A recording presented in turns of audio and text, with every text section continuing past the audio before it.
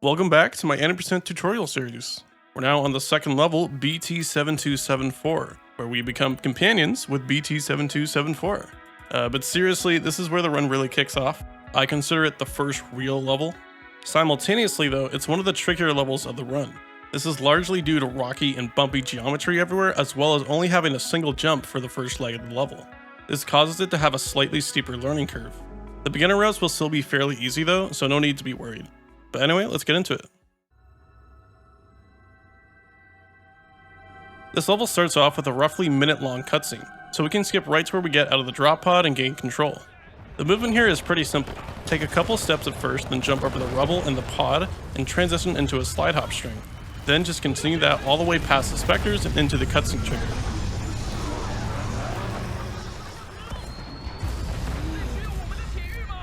There are a couple things you want to watch out for though. The friendly grunts are going to be your biggest obstacle, as they're completely random and can stop you dead in your tracks, so just do your best to avoid them. Another hazard is the drop pod that comes crashing in a few seconds into this sequence. It's pretty reliable to beat it out with just the slide hops, but if you flub your movement anywhere before it, just wait for it to pass then go. Otherwise, you will likely die to it. That's really it for this intro section though, just get to the cutscene trigger ASAP. This upcoming cutscene is called the 18-hour cutscene. Not because it's 18 hours long, but it definitely feels like it. So this is a cutscene we actually skip in 80% to make resets more tolerable. If you have the option in live split setup, the game should automatically load the first NCS save when the enemy Titan stomps the ground. And it'll add the cutscene's length to the timer as well, as if we watched the entire thing. If you don't have the skip set up, I'm sorry for the inconvenience, as you'll have to sit through about 3 minutes of downtime. We have two options as to how to kick off the level. For the first one, on the black screen, we're going to hold back and jump twice to grab the wall behind. We'll use this to bypass the speed cap in this segment and get a slide hop shrink going. The other way, which is a tiny bit faster, is the wall run on this rock to the right. You'll want to wait until you get bumped up by the geo, then start the wall run and jump off. However, if doing this, you need to really crank your camera as you jump off in order to course correct yourself. After doing either strat though, take some light strafes in this direction, making sure to avoid the corners of rocks. Coming up to this ledge, grab the even mid slide hop, then grab the wall. You'll want to jump pretty early off the wall so you can get the right strafe path to fit through the opening to the left. Continue slide hopping all the way to the next ledge and take a wall kick. Then make your way up to this forced mantle. If you happen to miss the wall kick and fall down, just climb up that same wall, then jump to the right ledge to mantle back up. But once you get through here, mantle up the ledge and start another slide hop string. This part is a bit of a trap due to some awkward spacing with the platforms though. If you go directly to the next platform, you'll overshoot the ledge and fall to your death. To combat this, just take a wider line coming out of the mantle. Take a wall run on this next wall, then go for an end boost as you start falling off the wall. Continue slide hopping to the next wall kick, and keep moving toward this next room. So this next room is called Circle Room. The exit is located right above where we enter, so instead of going in a circle, we can just climb up there directly. We're going to cross this first gap by jumping off the wall, then come to this elevated rock over here. Jump toward the wall and climb, then turn left and jump toward the ledge. If you get good height out of the climb, you should have enough height to mantle the ledge here. Then you can turn around for another wall run. This is going to take us into Death River. So jump off the wall, then continue slide hopping through this upper platform. You'll want to shoot any grunts in the way as well. There's a pretty sharp turn to the left here, so you may need to overstrafe a little to avoid bonking. We're then going to drop down to the right and slide over to this middle rock and mantle. This gives us a consistent setup to jump and slide hop across the river. At the other side, just continue slide hopping along the path, but make sure to shoot any grunts in the way. When you get to the end, jump between these two walls, then start another slide hop string off the second one. We're going to strafe right and drop down to this body of water, and you may need to shoot this prowler on your way through here. We're going to come up this ramp on the right, but it can eat your speed pretty easily. You want to aim for the right side of it and also time your slide hop to be right as you jump into it. This will usually give the best results. If you lose speed though, you can just grab the wall on the right to reset. If you have good speed and spacing at this next ledge, you can opt to wall kick to cross the gap, but taking a short wall run is always going to be the safer bet. As you land on the other side, shoot the first prowler to push it back, then strafe around it and cloak. I wouldn't rely too much on pushing the prowler back though, as you get faster and shoot it earlier, it will still be in a scripted animation and will have no reaction to the shot. For From here though, we get our double jump and can skip straight to the second wall on the left. If you're a little low on speed though, or just uncomfortable with the jump, you can grab the right wall first. Coming into the ship, you can just alternate wall kicks off these two walls. These last two kicks you'll want to place pretty precisely though, due to some rough geo. You want to try to kick off this farther box and the second last beam sticking out of the wall. And of course, shoot these drones if they're in the way. Jump up around the corner and slide hop double jump up to the barrel. Right after this is a really tight crawl space, and getting a clean slide all the way through is very precise. To set this up, get roughly in front of the crawl space and aim your slide toward the corner between the metal square and the green box. As you're passing through, hold left and look slightly left, kind of like you're air strafing. With any luck, you'll keep speed all the way to the battery. If you bonk though, just crouch walk through. After grabbing the battery, turn left and start slide hopping out of the ship. As you fall out of the ship, there's a small trick you can go for called a slant boost. It's pretty free to go for, missing it isn't going to lose you any time. You're going to sprint off this platform and aim to slide on this part of the crown where the mud texture opens up between the rocks. If your speed shoots up to 60 when you land, then you know you've hit it. You'll then want to carry the speed between these two walls and cross over the right side of the river. Diagonal jumps are your friend here, by the way, so you don't crash straight into the first wall. If you miss the slant boost, you'll still take the same route, it'll just be a bit slower. As we cross over the river, we need to clear out the 3 grunts guarding BT. We can do this by either one-pumping them all with the EVA, or you can opt for a frag kill, which is a tiny bit faster. If doing the frag, you'll want to pull the frag as you're passing over the river, and throw it at the grunts off reaction to the beeping. You may need to play with the pull timing though, depending on your speed. After all the grunts are dead though, you can insert the battery into BT. Coming out of the cutscene, you're going to make your way up to the side of this debris platform. You're going to wall run and jump off to cross over to the cascading of rocks on the other side. Then spam jumps to try and keep as much speed as possible. The collision here is a bit weird though, so you'll want to line yourself up behind this plant up top for consistency. Once you're up top though, grab the orange wall and transition back into slide hopping across these platforms. Now we're getting into what we call the Ravine segment.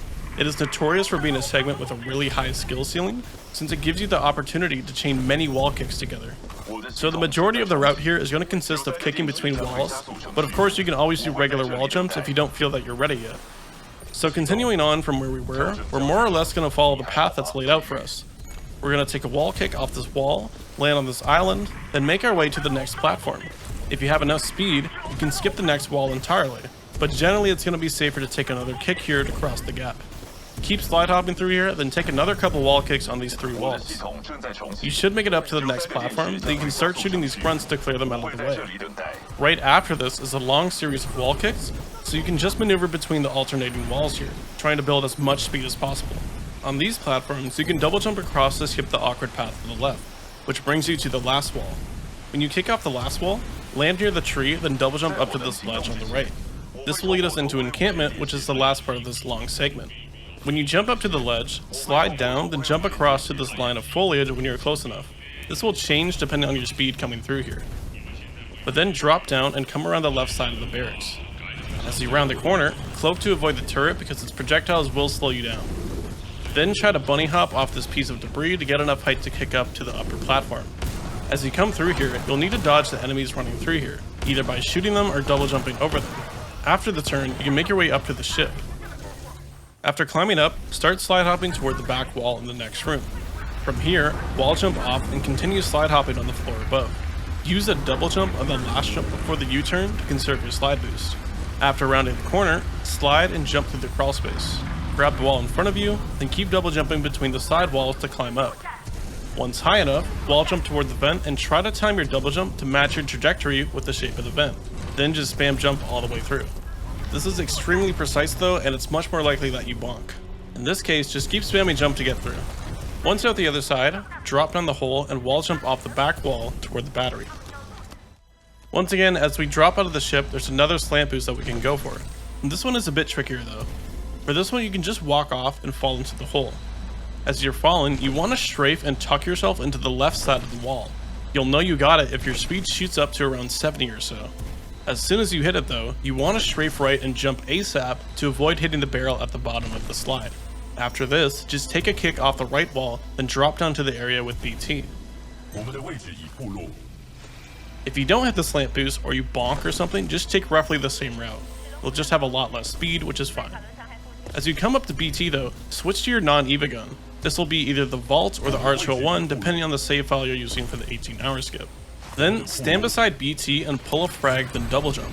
At the peak of your jump, throw the frag at the ground in front of the first spectre that drops down. Then immediately throw a second frag up to the left into the shrubbery.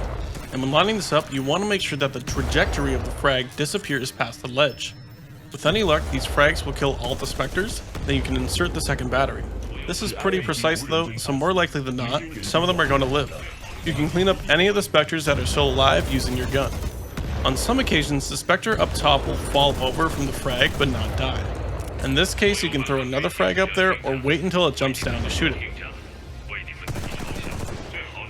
But yeah, insert the battery, embark into BT, then we're going to sit through a little bit of downtime. This takes us into Titan tutorial. This is a segment where waves of enemies come to fight us, and it's the same waves every time. There is a little bit of randomness due to using the vortex shield, but you still have a lot of control over the segment. So getting into it, we're going to preemptively hold shield as we gain control, then reflect a few bullets at the right edge of this bush, and you don't need to catch that many bullets. This should kill the entire first wave. This next wave is the most important to get right so you don't lose a whole bunch of time. When the two specters on the right come in, don't kill them. Instead, we're going to use them as a source of damage. So the second time that they shoot, reflect them at the specters on the left. Then reflect another set of bullets at the 4 enemies that appear under the overpass. Then you can finally kill the 2 original specters. If you do this out of order, it's very easy to get stuck waiting for your missiles to become active, since you can't reflect the drone attacks. But when you get your missiles, immediately kill the first 2 drones with them. On the upper right side, wait for 3 specters to become highlighted, then release more missiles. On the left side, reflect bullets at the farthest 2 specters, then use the 2 left over to reflect more bullets at the drones below. And from here on, you can just use missiles to kill the rest. Once everything is dead, you'll be able to move and you can make your way under the overpass to the next area. Hit the top dialogue as soon as it comes up, then look toward this waterfall on the right, but don't get too close. This will spawn manip the enemy Titan to drop there. Just like the previous segment, we have a specific strat for this, called No You X2. So as the Titan drops down, get behind this edge of the rock, then walk on it when the Titan's shield orb is up. When the Titan starts to stand up, we're going to drop our electric smoke ability. Then we're going to back up and go for headshots as it starts moving. The brute will pretty quickly put up their vortex shield, but keep shooting at it. To counter them, we're going to put up our own shield to reflect the bullets a second time back at the brute. Then you should be able to finish it off with a few more shots. When you're timing the vortex shield, you want to put it up earlier than you think you need to, because the animations don't really line up perfectly. In the case where you do put it up late and the fight goes awry, keep in mind you also have missiles and melee attacks at your disposal to deal more damage. Once the brute is dead, the level is pretty much done. We just need to hit the end level trigger now. However, the trigger won't appear until a certain point in the dialogue, and it's also dependent on where you're standing. To set this up, come and stand directly over this small plant. We're going to wait for an upcoming audio cue in the dialogue, then start sprinting. When the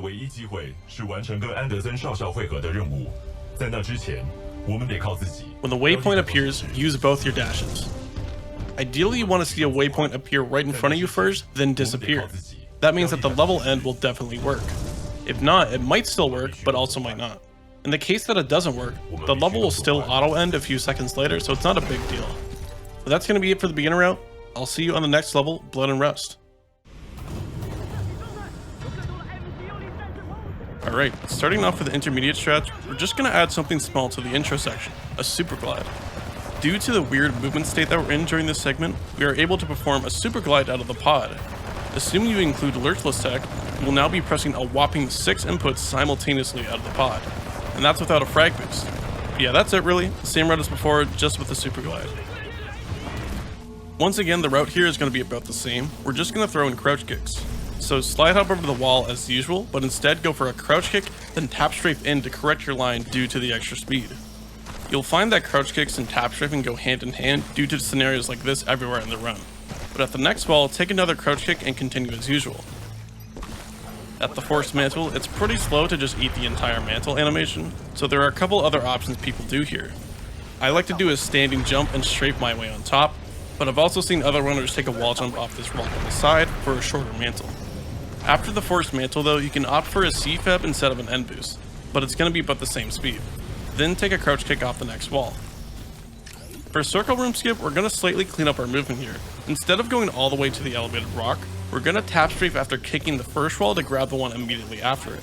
Then we can jump to a small ledge sticking up from the rocks above. I aim for the far left side of it because it's very easy to get crouch locked if you shoot straight toward the middle.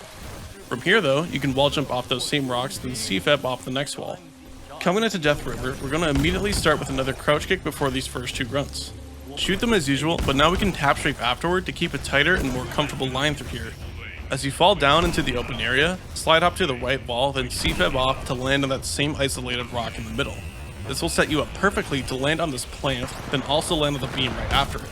These are called plant strat and beam bot respectively. The rest of the segment is going to be the same though as we make our way to the cave. At this corner, take a strafe kick for the first wall, then CFEB off the second one. If you crouch kick for the first one, you won't get any height in the wall grab after, which will mess you up. Once you're up the ramp, you can opt for a crouch kick to cross the gap, but a CFEB also works. For the first battery clear, there's a slightly faster route you'll want to take. Of course, go for the slant boost as usual, but instead of taking the right wall to cross the river, we're going to pull a frag and cross on the left side using the sheer speed we have from the slant boost. We then use that frag to instantly clear out the grunts. To time this, pull the frag a little bit before you hit the ground. Then once you hear it beeping, throw it at this rock poking out of the ground. I try to bounce it off the rock so that you have less chance of getting source frag. For river jump, we're going to aim to do it in one fluid motion instead of the somewhat awkward wall run setup. Immediately out of the cutscene, slide and double jump into a crouch kick off the debris sticking up here. Then just slide hop off this ledge and cross the river. It's easy to overshoot the ledge, so you want to double jump early and kind of fall into the crouch kick for a consistent setup. For Ravine, this segment becomes a lot faster when using a frag boost to start off. People call this Josh Frag, though Josh Frag is really an old setup that has fallen out of favor in recent years. It really just means any frag done in this area before Ravine. There are a variety of setups used for this, but I'll just show you mine for simplicity. It starts at this orange debris. I grab the debris at this dark red line and pull the frag simultaneously. I CFEB at the edge, then double jump to the next platform. On my next slide hop, I throw the frag down at the peak of my jump, then immediately double jump into a crouch kick off the wall. A good execution of this will land you over 60 speed usually. My only problem with this setup is that it source frags every once in a while and gives no boost. I've looked at many other strats here, but all of them have at least one thing that irks me about them, so this seems to just be a generally awkward segment. Once you've ideally built some speed off a frag though, most of Ravine is going to be the same but with crouch kicks, though there are some small differences. The first difference is you definitely should be skipping the second wall now with the extra speed you have, and you'll also want to start skipping some of these other wall kicks right afterward too. Just take one kick off the first wall on the left and directly land on the next platform. Another difference is going to come right at the end. You want to aim to have at least 60 speed at this point, which will allow you to cut straight across this chasm and skip to the ramp before encampment. If you're going slower than this, you can of course resort to the beginner strat, but a faster backup is going to be to jump off this tree instead. This is called tree hop. A collision on it is real bad though. In my experience, you want to land a bit earlier than you think you do. Coming into encampment though, this segment is going to change depending on how much speed you're working with. If you have 60 plus, you can jump on top of the barracks here, which will make the transition toward the end a lot easier. Just jump off the corner of the barracks, cloak, then take a crouch kick off this wall on the right. The collision on the wall is a bit evil though, so it might eat your speed sometimes. If you have less than 60, then you'll want to resort to dropping down and doing debris hop as usual. When you get to this last turn though, you can also throw in some tap strafes to help out. As you find yourself having more and more speed in this segment, tap strafing will help to counteract that. The rest of the level is going to be pretty much the same though, except for a little bit of crouch tech. You can CFEB off this first wall on the ship for more speed, and you can also use crouch kicks coming out of the ship to be a bit faster. That's going to be it for this difficulty though. For the expert difficulty, we're going to be adding in a lot more frag boosts, plus some other small stuff too. If you wish to throw in some extra frag boosts, you can do so right at the start of the level. This is a frag that took a long time to get comfortable with due to the many variables at play here. First of all, there's obviously grunts running around that you have to dodge, but the uneven ground everywhere makes the frags bounce unpredictable. So the setup I came up with for this is to instantly super glide to the left, dodging the friendly grunts, slide hop off this drop pod, slide hop off this ship debris, then throw the frag down around this small flame of the ground. With good execution, this can net you up to 60 speed, and you can carry it all the way to the cutscene. The next frag is going to be right after picking up the Eva. Pull a frag right as you crouch kick off the first wall, then throw it down at the peak of the third slide hop afterward and carry that speed to the Prowler area. You can also use the beeping to help time this since you barely have enough speed to make it work. Right after this segment, you can opt for a double wall kick on the long wall coming up. This requires some pretty specific movement though. You want to do the first kick on the way up from your slide hop. This will give you enough time to strafe back in for the crouch kick without even having to lurch. On a good attempt, this should get you over 50 speed. At Death River, you can go for, you guessed it, another frag boost. For this one, pull the frag as soon as you jump off the ledge, then slide hop, crouch kick the right wall, and throw the frag down as you pass over the large rock. You can get up to 60 speed with this, but unfortunately it also eats all your health right before a wall of grunts up ahead, so I recommend cloaking after the fact so that the grunts don't kill you while you're on low health. Something I want to note with these extra frag boosts is that you'll be relying on RNG drops to have enough frags for the whole level, since we can only carry 4 at a time. With a typical route, you'll need 2 frag drops to have enough for the last battery clear, or with the DMR route, you'll only need 1, which I'll talk more about in a second. To help with the frag situation though, you'll want to kill as many grunts as possible during the level. You can do so after Circle Room, on this upcoming pathway, and during Ravine, and at the end of Encampment. Later on that same pathway though, swap your non-EVA gun for the DMR and the weapon crate. This will be used for a faster battery clear at the end of the level. Coming up, you can make a small optimization at the Prowler Pad. If you have a lot of speed coming off the crouch kick, around 50 or more, you can double jump straight to the wall on the left, skipping some of the ground friction that you would have eaten otherwise. Coming out of the ship, there's an upgraded version of the slant boost you can go for called Slant Shot. Instead of sliding when you land, you want to jump right as you hit the ground instead. This shoots you up to 70 speed immediately, then you can tap strafe around the corner taking the same route as usual, but you will need to pull the frag slightly earlier. It can be tough to maneuver around all the geo here, so I find approaching the slant shot farther from the right helps to accommodate that. Fast forwarding to Ravine, as you become more proficient at this segment, something you'll want to watch out for is potential soft lock. This can happen if you go too fast and progress to this trigger before BT finishes his dialogue, which stops him from scanning for batteries. This in turn will block off the entrance to the second battery room. This is a very rare case, and the frag setups are designed to account for this, but if you find yourself in a banger ravine, I'm talking 85 plus, maybe slow down a bit. Again, with these much higher speeds, jumping up the ramp before encampment becomes less and less feasible. So another route you can opt for instead of sliding down is jumping to the right and landing directly in all the foliage. This will allow you to retain all your speed going through encampment. Another problem with having high speed here is it can also become difficult to tap strafe before the ship, so you may want to consider upgrading to a spam strafe here.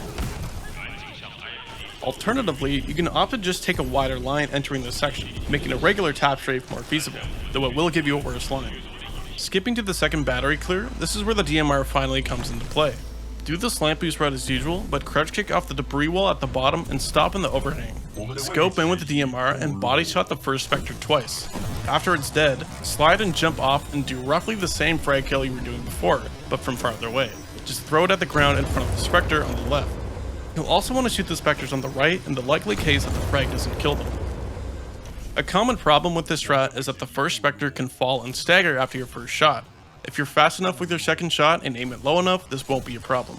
But if the Spectre does stagger, this loses a fair bit of time as you'll have to wait for it to recover and enter line of sight on the left side before you can shoot it again. If you happen to have an extra frag at the end of the level, you can go for a pre-speed strat when hitting the end level trigger instead of using BT. The time save is very small though, less than a second. To set this up, after killing the brute, dash down the pathway on the right and disembark past all the debris. After the audio cue, you're gonna CFEP off the rock wall and pull a frag simultaneously. Slide hop, double jump, crouch kick, then throw the frag down off reaction, usually somewhere around the rock in the water. Then just carry the speed to the end of the level. That's gonna be all for this video though. Thanks for watching and good luck on the learning.